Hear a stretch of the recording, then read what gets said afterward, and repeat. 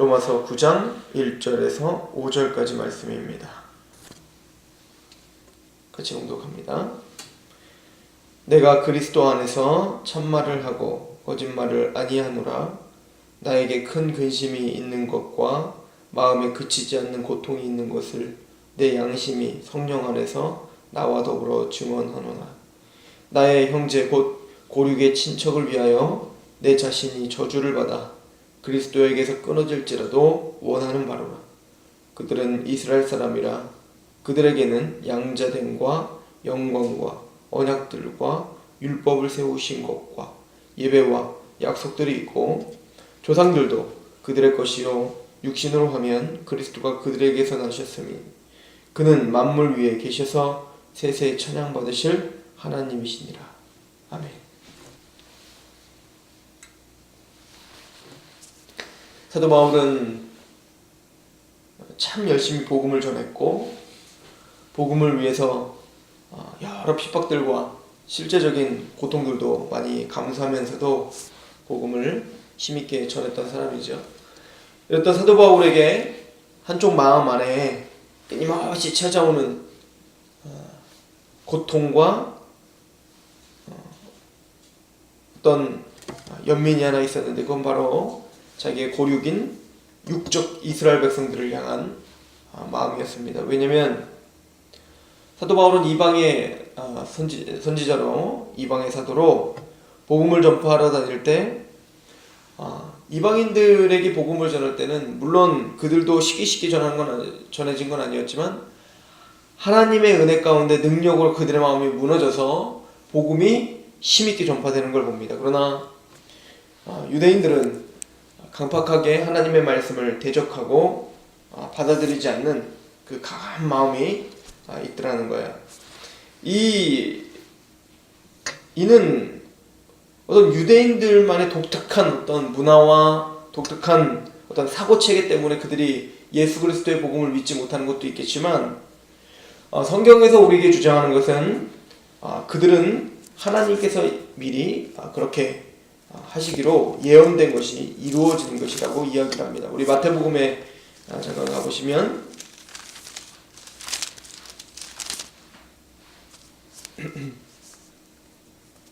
마태복음 13장 말씀을 보시면 예수님께서 제자들에게 비유로 말씀을 하시고는 이런 이야기를 합니다. 13장 10절부터 보시면 제자들이 예수께 나와 이르되 어찌하여 그들에게 비유로 말씀하시나이까. 대답하여 이르시되 천국의 비밀을 아는 것이 너에게는 허락되었으나 그들에게는 아니 되었나니 무릇 있는 자는 받아 넉넉하게 되되 없는 자는 그 있는 것도 빼앗기리라. 그러므로 내가 그들에게 비유로 말하는 것은 그들이 보아도 보지 못하며 들어도 듣지 못하며 깨닫지 못함이라. 이사야 예언이 그들에게 이루어졌으니 일렀을 때 너희가 듣기는 들어도 깨닫지 못할 것이요 보기는 보아도 알지 못하리라. 이 백성의 마음이 완악하여져서 그 귀는 듣기에 둔하고 눈은 감았으니 이는 눈으로 보고 귀로 듣고 마음으로 깨달아 돌이켜 내게 고침을 받을까 두려워함이라 하였느니라.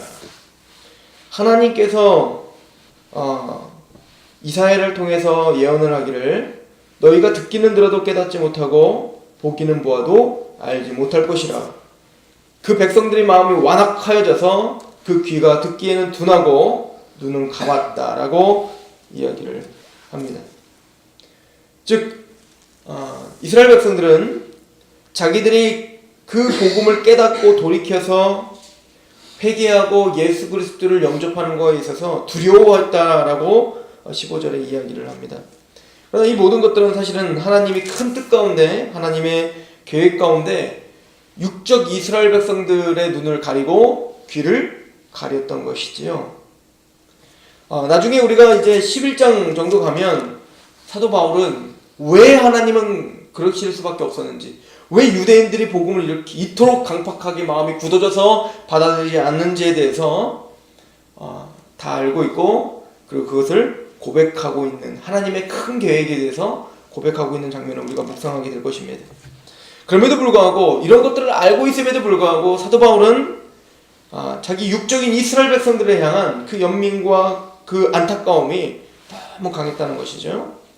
이거와 같습니다. 오늘 우리에게 말한다면 우리가 외부에 있는 사람들에게 복음을 전할 때는 복음이 참 잘 들리고 그리고 잘 귀담아 듣는 것 같습니다. 그러나 우리 가족들에게 복음을 전할 때 강팍하게 그 복음을 받아들이지 않는다면 아마 우리도 사도 바울과 동일한 마음을 갖고 있을 수도 있겠지요. 내 사랑하는 가족들, 내 피부치들은 복음을 받아들이지 못하고 영원한 멸망의 길로 걸어가고 있고, 외부에 있는 사람들은 나의 복음을 듣고 잘 받아들이고 돌이킨다면 아마 사도 바울이 겪고 있었던 이 고통이 무엇인지 조금은 이해할 수 있겠지요. 이런 이스라엘 백성들을 향한 사도 바울의 마음은 바로 9장 3절입니다. 로마서 9장 3절에 나의 형제 곧 고륙의 친척을 위하여 내 자신이 저주를 받아 그리스도에게서 끊어질지라도 원하는 바로라. 내가 생명책에서 지어지고 내가 지옥불에 떨어진다면 우리 육적 이스라엘 백성들이 살 수만 있다면 나는 그렇게라도 하겠다라고 하는 겁니다. 우리는 여기서 두 가지를 생각해 볼 수 있어요. 첫 번째는 사도 바울의 그 애타는 마음입니다. 이것은 출애굽기에서 모세가 자기 백성들, 즉 하나님이 구원을 시키라고 허락한 그 자기 백성들이 죄를 범했을 때 하나님께서 모두를 다 죽이겠다라고 했을 때 모세는 하늘에 나의 이름을 지워주시고 이들을 살려주십시오 라고 했던 정말 영혼을 향한 그 안타까운 마음, 메시아의 모형으로서의 그 마음으로 이스라엘 백성들을 향한 중보했던 그 기도가 어떻게 보면 오늘 사도 바울의 기도와 같겠지요. 모세처럼 바울도 자기가 그리스도에게 끊어질지라도, 그러나 우리는 이미 그 윗절에서 확인했습니다. 우리 로마서 8장 39절에 높음이나 깊음이나 다른 어떤 피조물이라도 우리를 우리 주 그리스도 예수 안에 있는 하나님의 사랑에서 끊을 수 없어요. 끊어지지 않습니다. 그러나 사도 바울은 만약에 끊어질지라도, 끊어져서 만약에 우리 이스라엘 백성들이 구원을 받을 수만 있다면 나는 그걸 감수하겠다. 이렇게까지 사도 바울은 이야기를 합니다. 꼭 예수님께서 자기의 목숨을 내어주시며 우리의 영원한 생명을 주신, 허락하신 그런 귀한 하나님의 사랑을 가진 것처럼 사도 바울은 그럼 예수님의 그 메시아적 사랑을 품고 있었던 것이죠. 우리도 또한 영혼에 대한 이런 안타까움이 있어야 될 줄로 믿습니다. 그게 너무 안타까운 겁니다. 그래서 사도 바울은 이것을 뭐라고 표현했습니까? 내가 헬라인이나 유대인들에게 복음으로 빚진 자가 되는 것 같다. 분명히 유대인들과 헬라인들에게 뭐 잘못한 것도 없고 그들에게 무슨 돈을 꾼 것도 없는데 그들 앞에만 서면 빚진 자의 마음처럼 항상 부담감이 있고 항상 안타까움이 있는 것처럼 사도 바울은 특별히 유대인들에 대해서 그런 안타까움과 그런 절실함과 그 빚진 자의 마음이 있다라고 하는 것을, 자기의 목숨이 끊어질지라도, 영원한 생명이 끊어질지라도 그들이 구원받는 것이 나의 소망입니다 라고 이야기하는 것을 통해서 우리는 볼 수가 있죠. 또 두 번째는 이 말씀을 통해서 우리가 볼 수 있는 것은 영원한 생명과 구원은 아무리 모든 것을 다 내어주고 자기의 육체적인 생명, 더 나아가서 영적인 생명이 끊어질지라도 내가 그를 살리겠다라고 하는 그 열정을 갖고는 그 한 사람도 살릴 수 없음을 우리는 볼 수 있습니다. 즉 인간의 무기력함입니다. 연약함입니다. 우리는 한 영혼의 영적인 생명을 우리가 줄 수 없는 사람들이에요.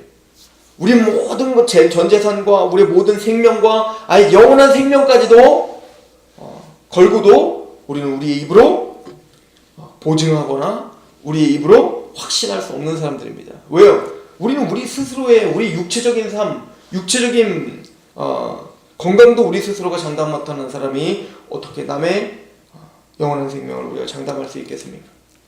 즉 인간의 무기력함입니다. 그래서 사도 바울은 4절 5절을 한번 보시면 그들은 이스라엘 사람들이라 그들에게는 양자됨과 영광과 언약들과 율법을 세우신 것과 예배와 약속들이 있고, 그 이스라엘 백성들에게는 하나님께서 양자로 삼으심과 하나님이 이스라엘 백성들에게만 주신 그 영광, 또 하나님이 이스라엘 백성들에게 주신 언약들, 아브라함에게 주신 언약, 다윗에게 주신 언약, 노아에게 주신 언약, 그리고는 하나님의 마음과 성품을 보여주시기 위해서 율법을 세우신 것과, 그리고 제사법을 통하여서 예배와 약속들이 하나님이 그들에게 주셨는데 그들을 버릴 수 있겠는가? 그래서 사도 바울은 이렇게 고백할 수밖에 없습니다. 왜요? 인간의 무기력함으로 이 영광과 언약들과 율법을 세우시고 예배와 약속들이 주신 그 이스라엘 백성들을 내 생명을 다해서도 한 사람도 살릴 수 없음을 고백하며 5절 같이 한번 읽어볼까요? 조상들도 그들의 것이요 육신으로 하면 그리스도가 그들에게서 나셨으니 그는 만물 위에 계셔서 세세에 찬양받으실 하나님이시라. 아멘. 이 말씀 또한 저 두 가지로 볼 수 있다고 생각합니다. 첫 번째는 그 육적인 이스라엘들이 그럼에도 불구하고 그 예수 그리스도를 대적하고 십자가에 못 박기까지 한 그 참남죄를 저질러버린 그 이스라엘 백성들, 한편으로는 율법과 예배와 약속과 영광과 언약들을 갖고 있지만 그 모든 것의 중심이신 예수 그리스도를 저버린 그 육적인 이스라엘 백성들에 대해서 그들이 죽음으로 내모른 그분은 바로 만물 위에 계셔서 세세에 찬양받으실 하나님이시었다. 그는 모독을 받으실 분이 아니다. 그는 우리에게 그 이름을 멸시받을 만한 분이 아니시다. 그분은 세세에 찬양받으실 하나님이시다. 우리는 그분을 믿고 있는 것이다 라고 사도 바울은 이야기하는 것이요. 두 번째는 나의 목숨이 끊어질지라도 그들을 살리고 싶으나 인간의 무력함, 그러나 반면에 내가 믿고 있는 그 예수 그리스도는 세세 찬양받으실 하나님이십니다. 그래서 소망이 있는 거죠. 그래서 희망이 있는 겁니다. 왜요? 그 하나님이 나의 주님이시고 그 하나님이 내 고륙 친척 육적 이스라엘 백성들을 구원시켜 주실 언약의 중심이시기 때문에 그렇다. 그분이 하실 것이다. 그 소망이 사도 바울에겐 있었던 것입니다. 우리에게도 그 세세에 찬양받으실 예수 그리스도를 영화롭게 하는 오늘 하루가 되시길 소망하며, 또한 복음을 전해야 될 그 귀한 하나님의 사람들, 내 힘으로, 내 무기력함으로는 그 사람을 한 사람도 변화시킬 수 없음을 고백하고 세세에 찬양받으실 예수 그리스도 앞에 그들을 올려드리길 소망합니다. 더 나아가서 우리의 모든 문제들은 인간적인 갈등의 문제입니다. 그 모든 갈등의 문제 속에 중심에 있는 그 대적들, 또 여러 예수 그리스도를 원수로 행하는 그 사람들도 하나님 앞에 올려드리며 기도하시길 소망합니다. 우리의 하나님이신 예수 그리스도께서 세세토록 찬양받으실 그 예수 그리스도께서 오늘 저와 우리 집사님에게 함께할 줄로 믿습니다. 기도하겠습니다. 하나님, 사도 바울이 자기 목숨을 바치며 빚진 자의 마음으로 복음을 전하고 예수 그리스도를 영화롭게 하는데 힘을 바쳤던 것처럼 오늘 하루 우리의 생각과 우리의 말투와 우리의 걸음걸이와 우리의 모든 행동을 통하여서 예수 그리스도가 영원하게 되고 세세토록 찬양받으실 하나님이심을 증거하는 그런 귀한 하루, 복된 하루가 될 수 있도록 인도하여 주시옵소서. 이 귀한 시간 하나님 아버지 앞에 오늘 하루를 위탁하며 기도하고 말씀을 들었사오니 아버지여, 우리 기도를 들어주시고 또 이 약속의 말씀이 우리 마음에 능력으로 자리잡게 하여 주옵소서. 그렇게 하신 하나님을 찬양하며 예수 그리스도의 이름으로 감사하며 기도하옵나이다. 아멘.